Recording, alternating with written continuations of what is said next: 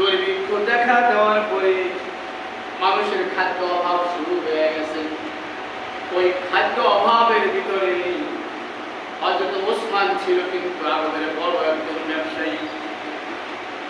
সে তার কাছে একটা বড় চালান আসছে, খাদ্যের চালান কম আসছে।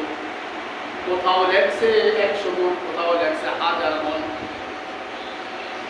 এই চালান আসার পরে যখন আরবে এসে পৌঁছছে, পৌঁছার সাথে সাথে বড় বড় ব্যবসায়ীরা তার সাথে যোগাযোগ শুরু করে দিয়েছে। সর্বপ্রথম যে ব্যবসায়ী তার কাছে লেনদেন করার জন্য গেল, বলল, ওসমান, তোমার এই তুমি যে শস্যগুলো আনছো, এই শস্যগুলো আমার কাছে বিক্রি করো, আমি 50% লাভে দেবো। তার মানে কি 100 টাকার মাল 150 টাকা, 100 টাকার সম্পদ 150 টাকা। হযরত ওসমান বললেন, তোমরা ফসলগুলো দিয়ে শস্যগুলো দিয়ে কি করবা?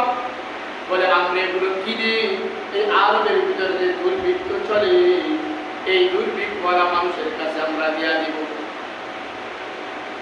হযরত ওসমান ডাক দিয়ে বলে, না, যদি তোমরা আমাকে 1000 গুণ দিতে পারো তাহলে আমি দিতে পারি।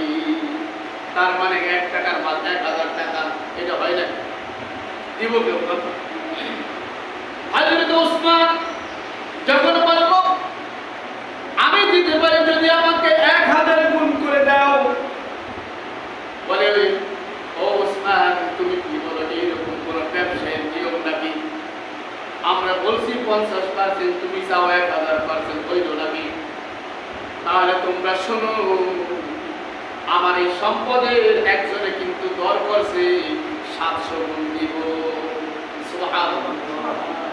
আমার এই পণ্যের দর করছে একজন, সে দিবে আমাকে 700 গুণ।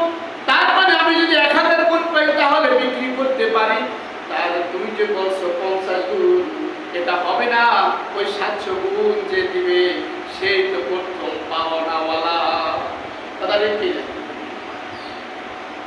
ওই ব্যবসায়ী বলল, ওসমান, তোমার এই সালামের পিছিয়ে পিছিয়ে তো আমি আসলাম। কোন ব্যবসায়ীকে, কোনো ব্যাপারীকে আমি দেখি নাই তোমার কাছে লেনদেন করার জন্য, কিন্তু তুমি কেমনে বললা 700 গুণ? কে বলছে বলো, এমন ব্যাপারী কে?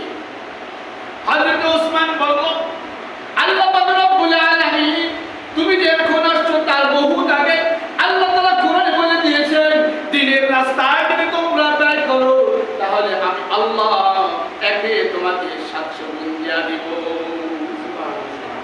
ও ব্যাপারী সাহেব, তুমি আমার মাল পাইবা না। আমি সকালবেলা থেকে এই দুর্ভিক্ষের ভিতরে যারা অনাহারে আছে, এই মানুষের মাঝে আমার এই চালান বিলিয়ে দেব। বলেন সুবহানাল্লাহ।